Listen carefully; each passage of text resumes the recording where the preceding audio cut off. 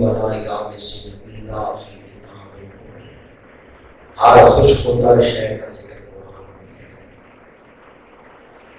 کسی تقریر میں کسی خطیب سے اس نے یہ بات سنی، اب آیا ایک عالم کے پاس، کہنے لگا کہ مجھے بتائیں قرآن میں میرا ذکر کہاں ہے؟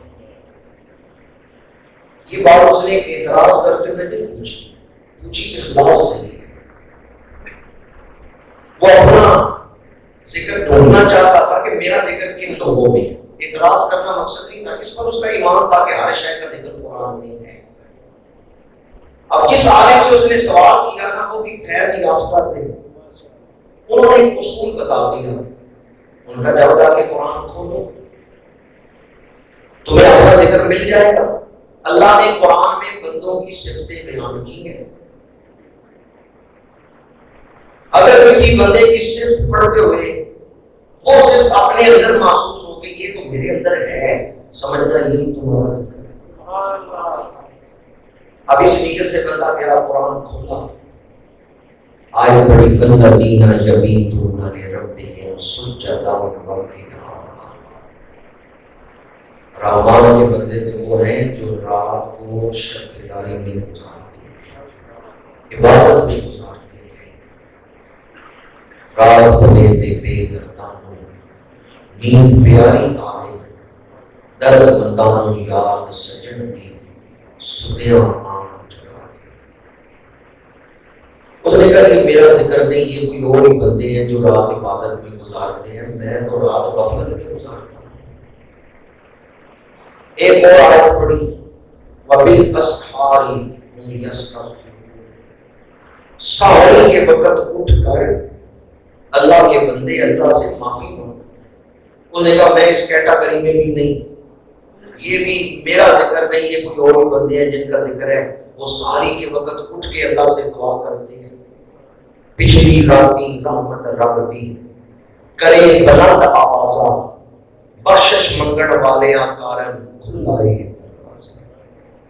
عبادت گزار بندوں کا ذکر وہ پڑھتا رہا، اسے اپنے اندر وہ عبادت نظر نہیں آئی۔ پھر اس نے سورۃ الشورى کی آیت نمبر 37 پڑھی والذین یجتنبون کبائر الاثم والفواحش۔ وہ لوگ جو کبیرہ گناہوں سے اپنے آپ کو بچاتے ہیں۔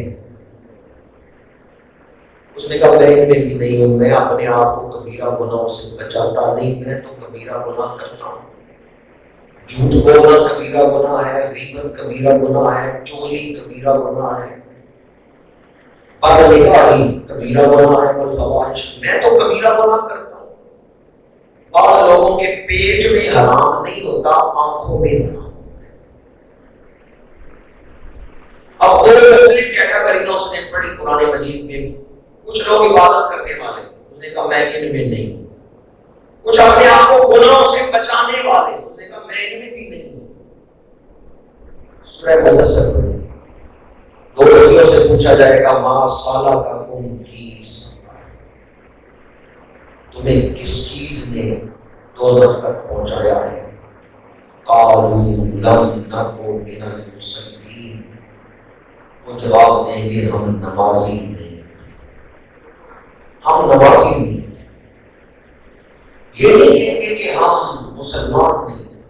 حفاظ بیٹھے ہیں، ان سے پوچھ رہے آیت اس طرح نہیں ہے لم نک من المسلمین لم نک من المؤمنین، اس طرح آیت نہیں، آیت ہے لم نک من المصلین۔ وہ دوسری کہیں گے کہ ہم نمازی نہیں تھے۔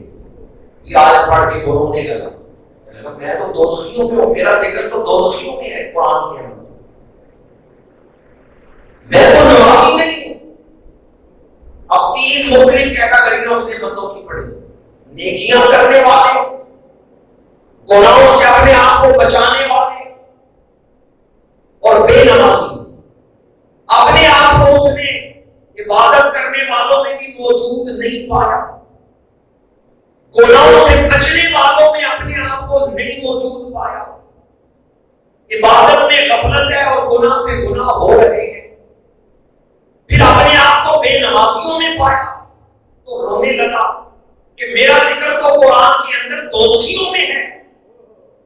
اب سورہ توبہ کی آیت نمبر 102 پڑھی تو دل کو کچھ تسکین مل گئی.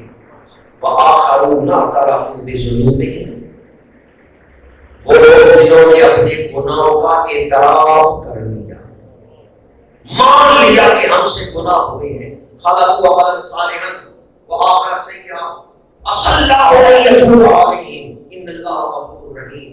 جنہوں نے مان لیا نا کہ اللہ غلطی ہوگی ہے معاف کر دے، اللہ ان کو بخشش عطا فرمائے. اپنا ذکر وہ قرآن میں ڈھونڈ رہا تھا، نیکوں میں اپنے آپ کو نہیں موجود پایا، گناہگاروں میں اپنے آپ کو دوزخیوں میں موجود پایا.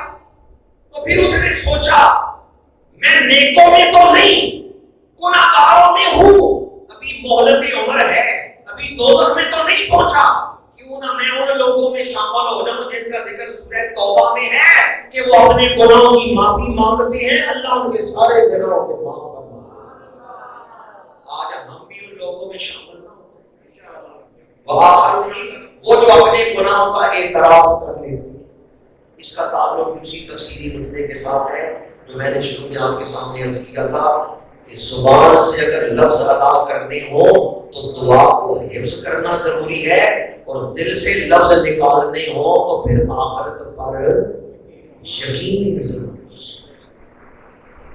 اگر چاہتے ہیں کہ ہم وہ خوش نصیبوں میں شامل ہو جائیں جن کا ذکر قرآن مجید نے سورہ توبہ میں کی ہے کہ وہ گناہوں کا اعتراف کرتے ہیں اور اللہ ان کے گناہ معاف کر دیتے ہیں، دعائیں آج محض جلسہ اور تقریب سمجھ کے نہیں بلکہ اپنے دل کی گہرائیوں سے اپنے رب کو صدا دیں. استغفر اللہ، پروردگار ہمیں بخشش عطا فرما.